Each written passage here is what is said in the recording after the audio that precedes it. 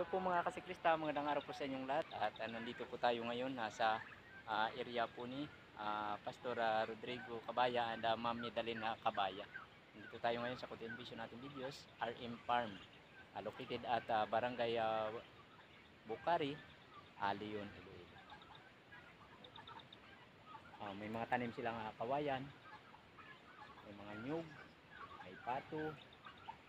Ito po yung mga pato nila talaga. At saka tabo. Mga continuation. So, ito po yung alaga nilang sisiyo na pato. At yun po mga kaibigan, ang dami. Ayun po. Yun mga pato na alaga nila sa kanilang pabo.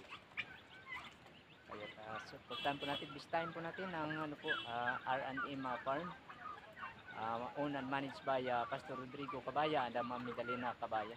Bisitahin po natin dito sa Barangay Bukari, Leon, Iloilo. At maraming salamat. Hindi pa po nakapag-subscribe, mag-subscribe na po kayo. Pwede na po pakishare ating mga videos. Hindi pa po nakapag-follow, follow na po kayo. Pwede nyo po ibagi ating mga videos para mapanood po mga kaibigan natin, mga kabataan. Kaya maraming salamat sa inyong lahat. At dito po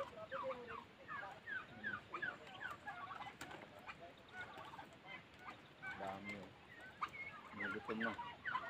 Gutom na yun. Malagot natin yung mga pato.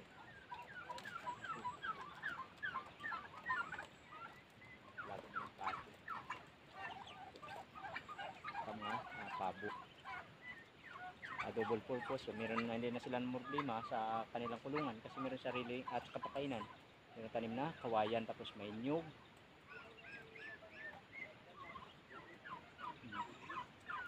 Dami talagang lagad na pabo sa pato. Sobrang sipag po ng mag-asawa. Kaya sana po ay ma-open po yung isipan na kung saan po ay sa farming business. Hindi lamang po nakatuon sa nakapokus sa pagtatanim, kundi ay meron din pong alagang hayop, meron mga tanim nyug, meron saging, gabi, saka marami pa pong iba. At sa farming business ay hindi lamang po tumutukoy sa pagtatanim ng gulay, kundi may mga livestock po na alaga. Ito po ay may pang-ulam na, may pang-binta.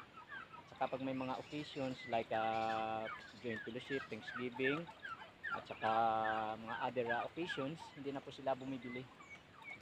Kaya Pastor, thank you so much sa inyong taos puso pagtanggap sa atin dito po sa inyong lugar. At napakaganda, bukod sa malamig, tahimik, at maganda, malusog ang lupa.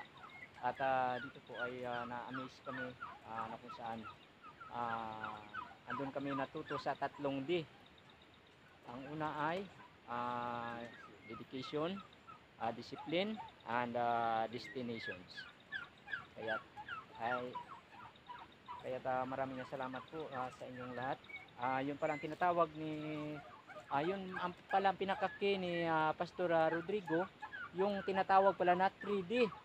3D pala yun, 3D.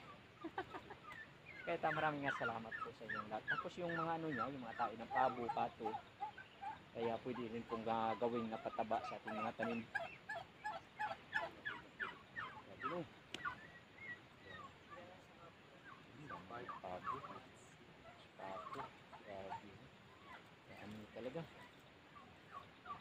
Kaya ang mga kasiklista at ano po natin, masuportahan natin mga local farmers. Kaya maraming salamat po sa inyo lahat at God bless.